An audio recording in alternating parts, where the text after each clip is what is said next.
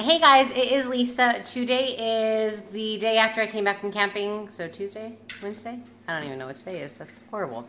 Anyways, I'm making a really easy dinner, but this is also, I can have it because I started soft foods this week. Excuse me, I'm still a little sick. But I wanted to share it with you because it's virtually no carbs. Any of the carbs is probably in the cheese. And this is Julia Child's eggplant pizzas. So I'm going to show you what I have set up so far, and then I will just show you guys what I'm making as I make it, because these are perfect VSG portions, so, and they're absolutely delicious. So here are your ingredients that you're going to need. The ricotta is optional. I'm actually just going to put this on mine just to make it a little bit softer. And I love ricotta. So these two things are optional. You do not have to have pepperoni. This can be a purely vegan recipe. So I'm doing pepperonis on top of them for my kids and myself. In here I have a 1/3 cup cheese grated of the Parmesan, fresh Parmesan, and a 1/3 cup of mozzarella. You're also going to use, it says 10 basil leaves, but I just basically pulled off all the mature basil leaves that I have on my living basil plant right over there. So I love basil as well, so I'm going to be using a little bit more. Then you're going to have sauce. There is a recipe that I will post that you can make your own sauce, but I had some of this left over from my ricotta bake, so I'm just going to use what I have. You're also going to use Italian seasoning. Make sure it is a good brand. I got this one at Costco, and this is actually really good stuff. If you use the crap cheap 99-cent stuff, it just doesn't taste as much as well. So make sure you use really good Italian seasoning. Then you're going to use salt, and I will show you why you're going to use the salt, because basically we're going to have to blanch or sweat the eggplant.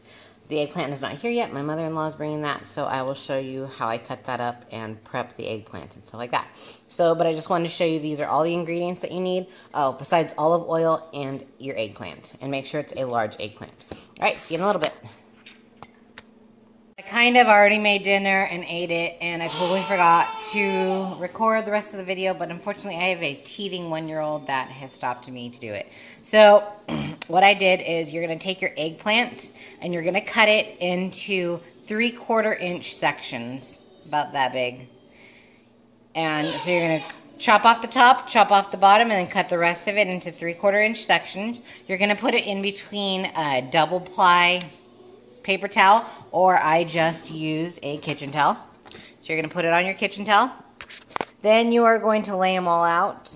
You're going to sprinkle both sides of them generously with salt. I used the Kirkland Mediterranean sea salt grinder. So I did that, and then I layered them in between. So yes, I'm going to show you how you do it without, so you're just going to have to imagine that there's eggplant on here.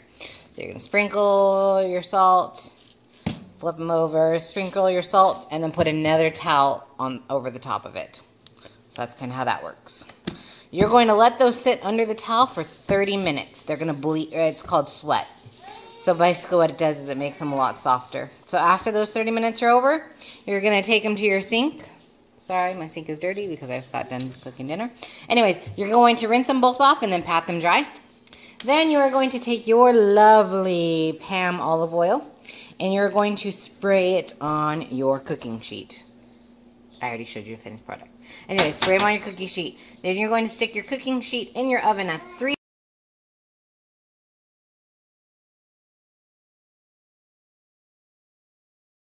You're going to stick them in your oven at 375 degrees, and you're going to bake that for 20 to 30 minutes, depending on your oven. I'm going to turn that off now. Then after they're done, you're going to take them out. You're going to flip them over. After you take them out, you're going to flip them over, and then you're going to put your ingredients on top.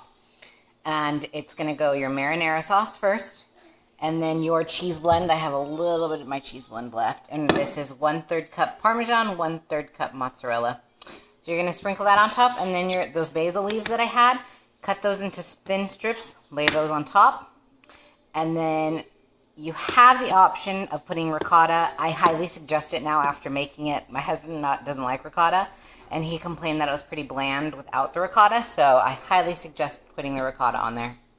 And I put that underneath my cheese blend, so it went marinara, ricotta, cheese blend, basil, and then I actually topped mine with some of the pepperonis. So then you take those, you're going to stick it back in your oven for, in the broiler on high for anywhere to 5 to 7 minutes until the cheese turns nice and bubbly and brown.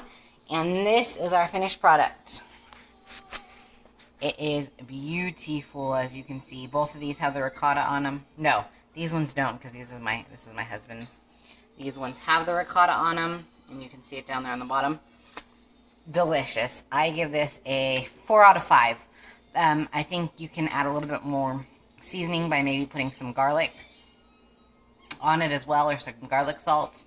But that is it, guys. Let me know if you have any questions. I'm sorry I'm scatterbrained on this recipe, but I totally forgot to do the in-between steps. So again, let me know if I missed anything or if you have any questions. All right, enjoy. Bye.